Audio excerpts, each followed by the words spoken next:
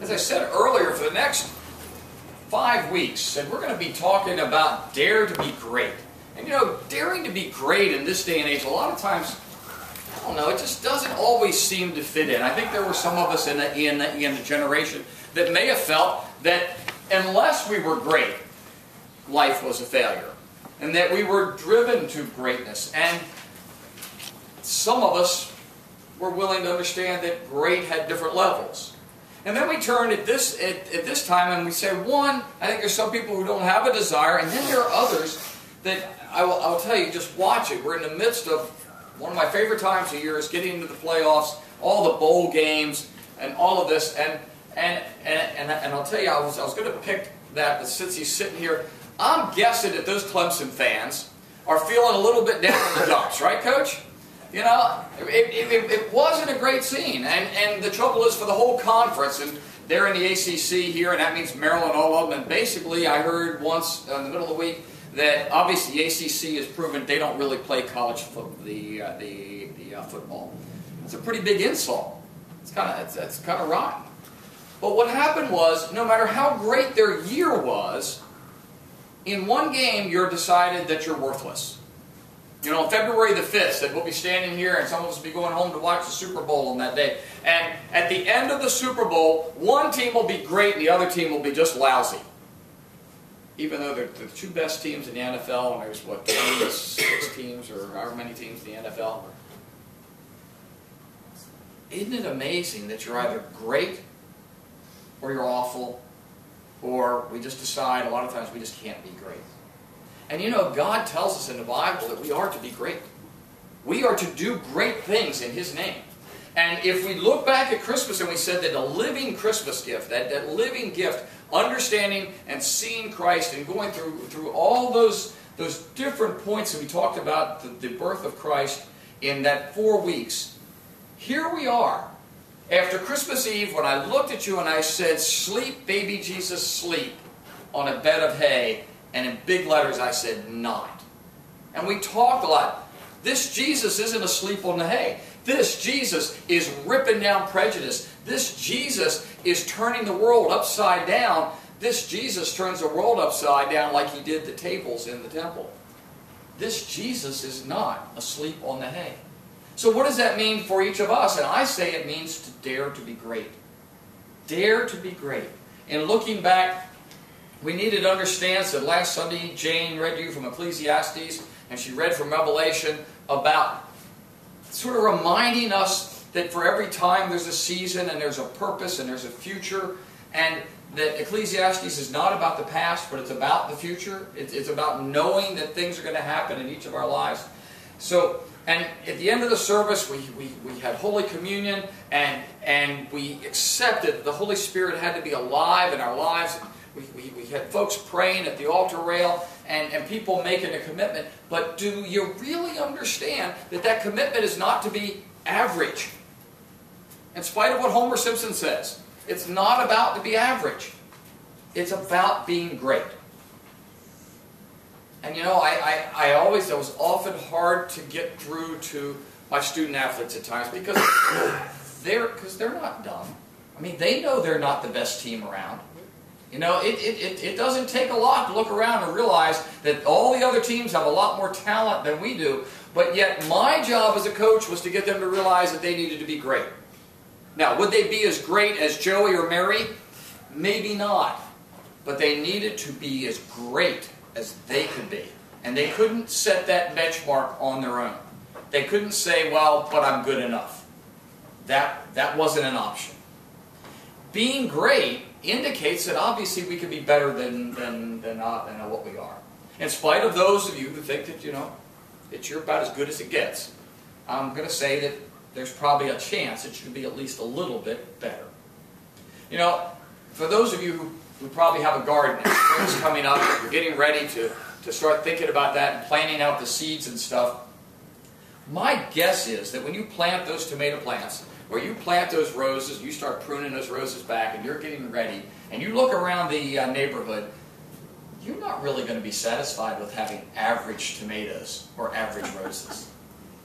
You may never admit it, but you're looking at those roses in that garden up the street, or you're looking at the tomatoes up the street, and you're going, that's not a tomato. I've got a real tomato in my garden.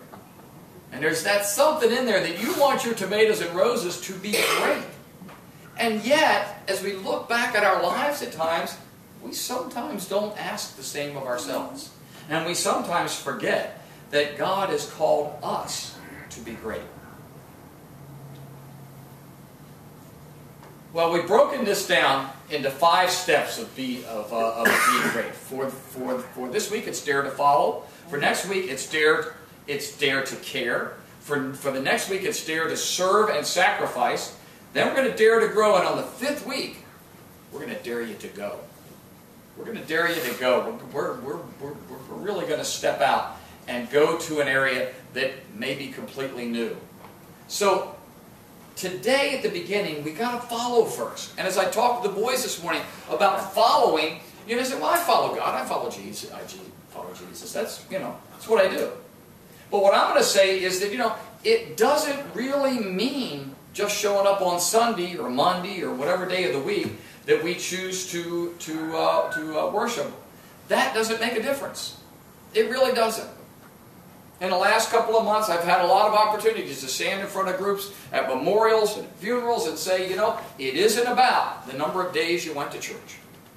Stop looking at people and trying to measure them by the number of days they went to church. But I'll also let you know that it also doesn't mean that that's not an important part. But checking in and punching your ticket at the door every Sunday is not what it's about if we're daring to be great. All of the things that we need to be great are here in our life. As I told the boys this morning, even, following the teacher. And if someone, and if you choose to follow, and you go, well, I'm following something, and I'm doing good stuff, and that person that you're following walks into the wall, just like the kids at school, they're going to follow, and everybody's going to bang their nose into that wall. Jesus says that's not going to happen. And you go, well, how's that true? He said, look at my life. He said, look at the grief I'm in. Look at the misery I've been through. Look at the things that are happening in my life. And you know what? Yeah. But each and every one of us have gone through these. We've gotten beyond. Today, it's about greatness. And that begins at following. So what's it mean to follow? This morning, Jane read a scripture about following. And there are several others. We can find following in Matthew in chapter 16 and 24. And then said Jesus to the disciples, if any man comes after me, let him deny himself and take up his cross and follow me. In John 8:12, when Jesus spoke again to the people, he said, I am the light of the world. Whoever follows me will never walk in darkness, but have the light of life. 1 Corinthians 1:11, you should be followers of me. This is Paul who was writing. Even as I also am of Christ. Repeatedly, the Bible talks about following. And you know what? Following doesn't mean getting in back of God and shoving Him in the direction that you want to shove Him. Every person who is great at something has followed a plan at some point. And it usually has a human source. Imagine if you were going to run a marathon. Not something I could really imagine, so I picked on something that would be really hard. But if I were going to run a marathon, making up my own practice plan, even with my background and going out and doing that, is probably a good prescription for getting seriously hurt. So we would go to a website, or we'd go to a book, or we'd go to both, and we start pulling out some other guy or gal's idea about how to run a marathon because they've done 10 or 12. And we would use that plan and we would follow it. And we would start easy and work our way up and get harder and harder. And we would do that. And we would hope that that would avoid the dangerous part of the marathon that we've heard about. Yet in life, we seem to go, oh, I can do that on my own.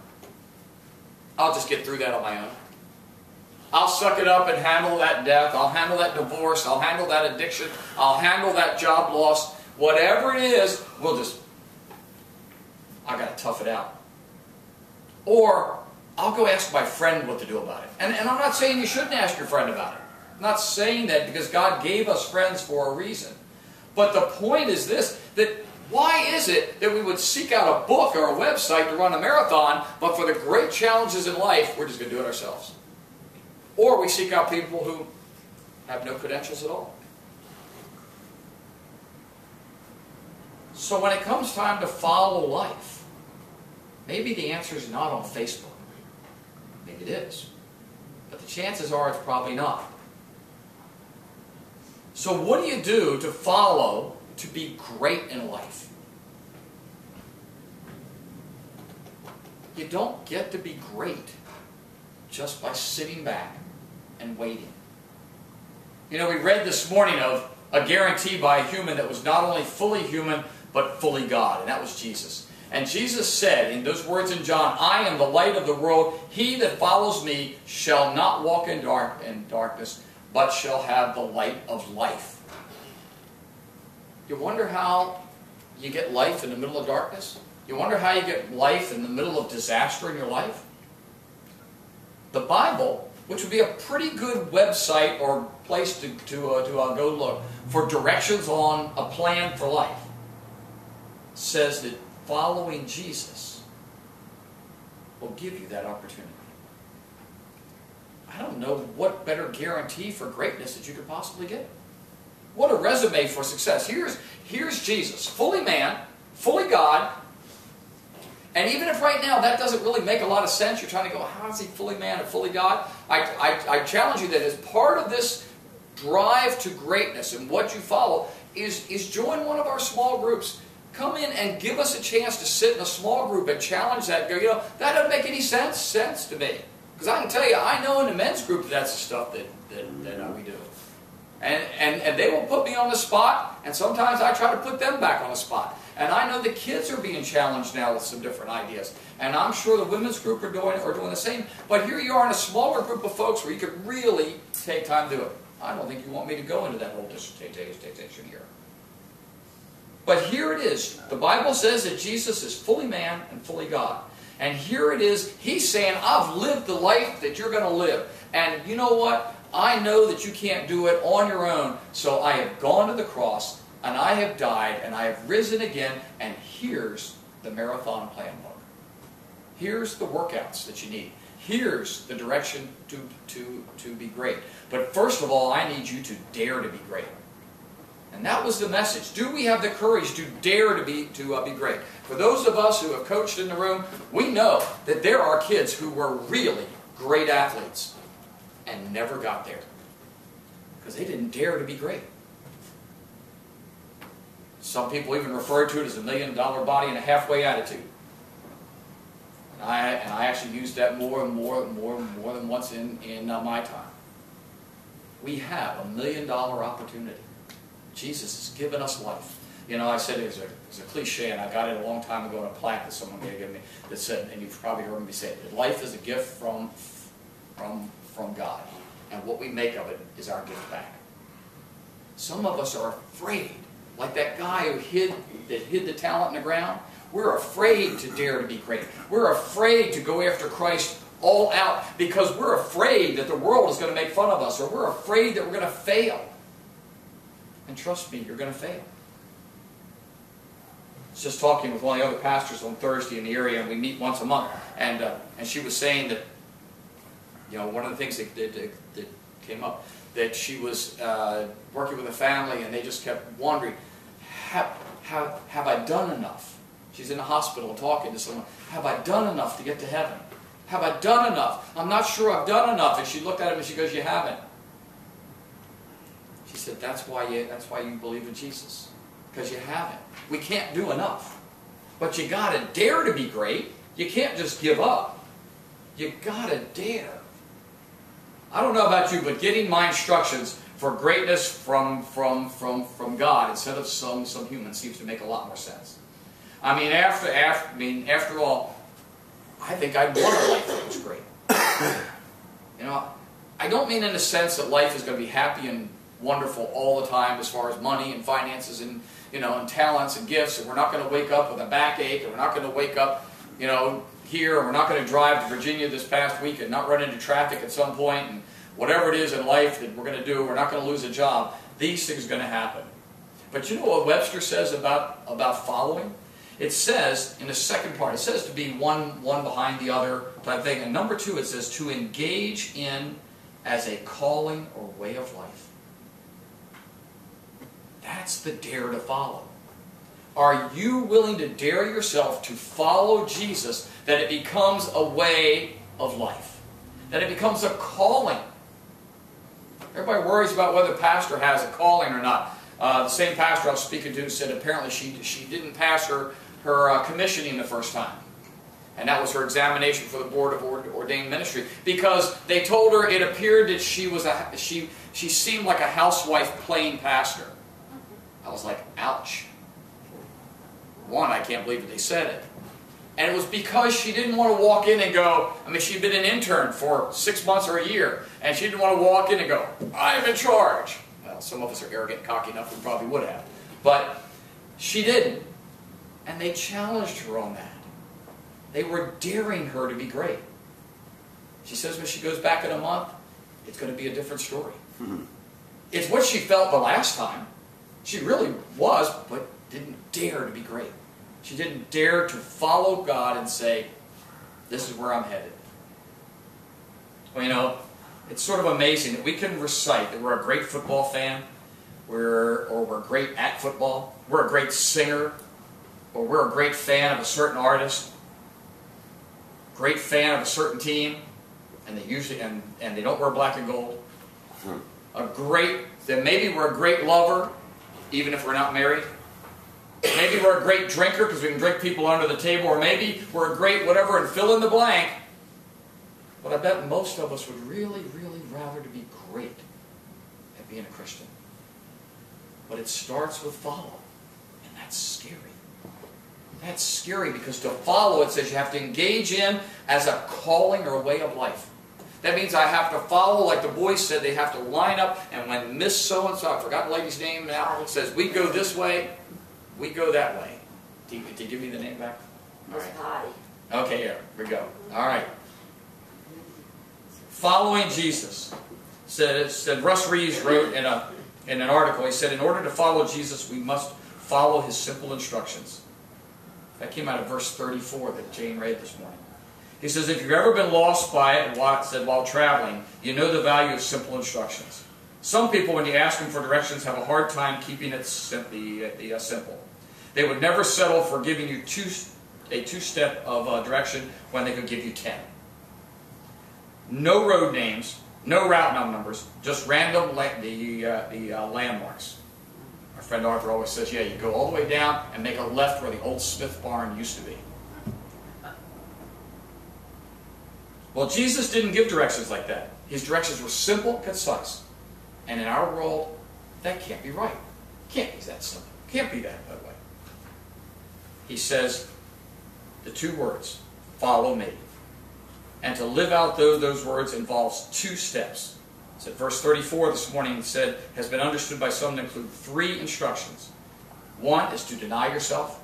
2 is to take up your cross. 3 was to follow me. But it is also possible, and indeed more probably says, that the sense is that in order to follow him, one must do 2 things. Deny yourself and take up your cross. And that's the one that gets us confused, because we all think, oh, that means we wear a cross around our neck, or whatever we do. And he clarifies it, and he says, you know what? He says, this is what it really means. In order to follow Jesus, we have to deny ourselves and take up our cross. He said, bearing your cross here does not mean putting on a piece of jewelry, or putting up with simple inconvenience. It means taking up an instrument of death. In other words, are you willing to pick up this sword, pick up your electric chair, pick up your dose of lethal injection, and carry it following Jesus?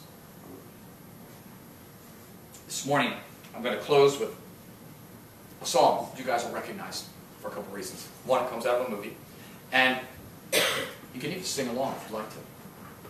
But I want you to listen to this song, and I want you to listen to the video and see it, and recognize that there are a lot of things that happen in this.